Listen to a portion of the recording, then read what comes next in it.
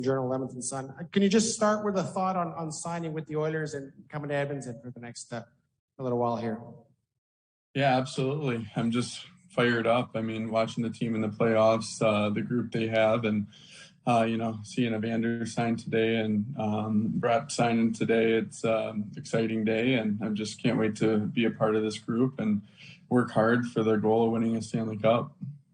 Outside of the money, what was appealing to come into Edmonton and other, a Canadian market, with a good fan base? What was the appeal of coming here? Yeah, that's just it. The fan base is an amazing fan base, and I just can't wait to, I've played games here, but I can't wait to be on, wearing the blue and orange and playing with this group. It's everybody's so driven to win here, and I just can't wait to be a part of it.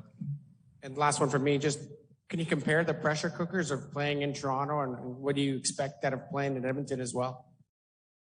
Yeah, I absolutely love it. You're always under the microscope, and I think it, gets the best out of everybody. So, it's an amazing opportunity. I'm so grateful to be here, and I just can't wait to get to work and, to get to Edmonton and just enjoy the city. Hi, Jack. Daniel Nugent-Bowman from The Athletic. I guess welcome to Edmonton. I just wonder, as you kind of transitioned in your career, you kind of got the taste of being a starting goaltender 2 years ago and definitely did this year. What do you think about really getting this opportunity in Edmonton at age 30? Why are you kind of equipped to deal with this and handle this now?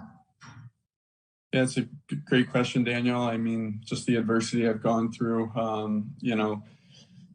leading up to the trade where I got traded to Toronto and getting the opportunity to have the ball in my hands there. And, it was a great couple of years there, but definitely some ups and downs. And I think those prepared me for this moment and, to be a part of a special group that's trying to do special things.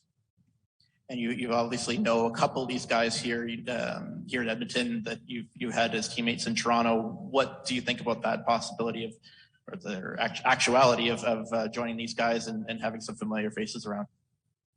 Oh, I'm so excited. Zach and I were super tight in Toronto, and Darnell and I played together in Sault Ste. Marie, and Shorzy and I played together in Texas, the AHL, and Bears too was in Toronto. So I'm sure I'm leaving some guys out, but I just can't wait to get to Edmonton and start working together. And I hear it's such a special group, the chemistry they have on the ice and off the ice. And I can't wait to be a part of it and work towards doing something special.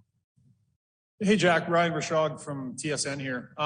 Listen, I know you want to look forward, and it's an exciting time with the Oilers, but I did want to ask you about the way that it played out with the Maple Leafs. From the outside, it looked like there was never really significant traction on a potential new contract for you with them. What was your perception of the way that played out, and were you surprised or disappointed that there wasn't a little bit more meaningful negotiation there? Yeah, I mean, all I'll say is when my agent, Kurt Overhart, calls me, he gives me the information, and what he brought to me is really all my knowledge. And I absolutely love my time in Toronto, and the fans were absolutely incredible to me. My teammates there were beyond words I can describe, and it seems like a similar group here. And, just the opportunity they gave me in Toronto was just outstanding, and I can't be more excited for this moment. How much easier is it to make a decision, to make a move like this, when you have someone that you know and trust who's taken that very same leap? Like Zach Hyman did this exact thing last year, picked up his family, came here, and it really worked out fantastic. How much of a difference maker was him sort of paving that way? Absolutely. I mean, Zach's, he's got such great integrity, and he's such a great person, human being. And then obviously what he does on the ice is special too. And to see him do it and, to talk to him and hear the excitement in his voice. And he's just somebody you trust and can count on, every single day. And, I'm just so excited to join him, as well as the entire team and organization and city. So, it's nice he paved the way, and I just can't wait to do my job. Jack, Mark Spector here from Sportsnet. Listen, it's probably fair to call you a late bloomer. You had a long career before you really staked your claim in the NHL, and here you are, right? You're for the next 5 years, you're the starting goalie for a team that's looking to win a Stanley Cup. Connor McDavid, Leon Draisaitl, Zach Hyman, and all those guys. What's it feel like for you to be that guy today? Well, the motivation I have is I've always been a hard worker, and I'll prove that every day.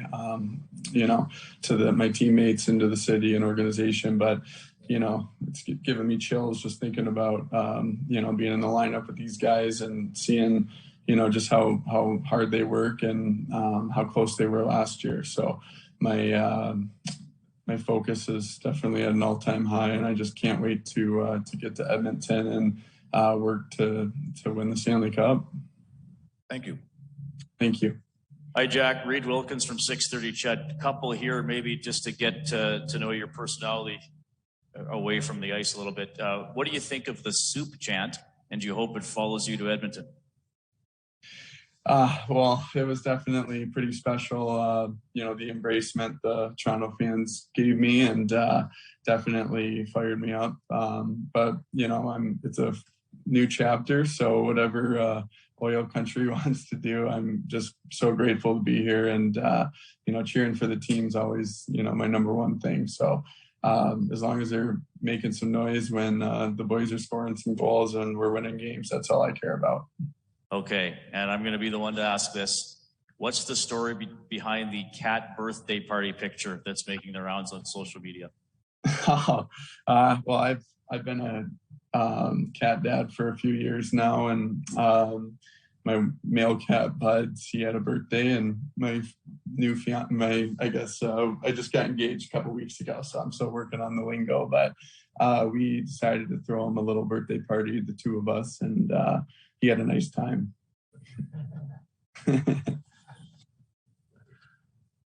From Cats, one more in terms of your career, Jack. It's Jack Michaels. I wanted to ask you a little bit about that tail end of the 1 year in Idaho where you finished up, and just at least by the numbers, it looked like kind of you found your game again, and then you build on it the next year in LA's organization, and it kind of took you from there. That's by the numbers. Do you have a turning point in mind where you felt like you started to make progress back to where you wanted ultimately to be? Yeah, that's a great point. I definitely got to give so much credit to Boise and, the Idaho Steelheads. Neil Graham was the head coach there. And, I went down, obviously not thrilled where I was at in my career and how I was playing, and went down there and just had the time of my life on the ice, just playing hockey again, instead of carrying all that weight, what I expected myself to do. I just went out and played hockey, and it was, successful, and I just had a great group of guys there. And from there, getting traded to Los Angeles was another absolutely massive turning point. I was able to work with Dusty Emu, who really just allowed me to learn so much about myself, and, not carrying so much weight, which I think has, allowed me to have some success in Toronto, and I'm expecting way more here in Edmonton. Okay, I think that covers us here, Jack. Thanks for your time. And, thanks, Jack. Welcome to Edmonton. Thank you guys so much. Appreciate it.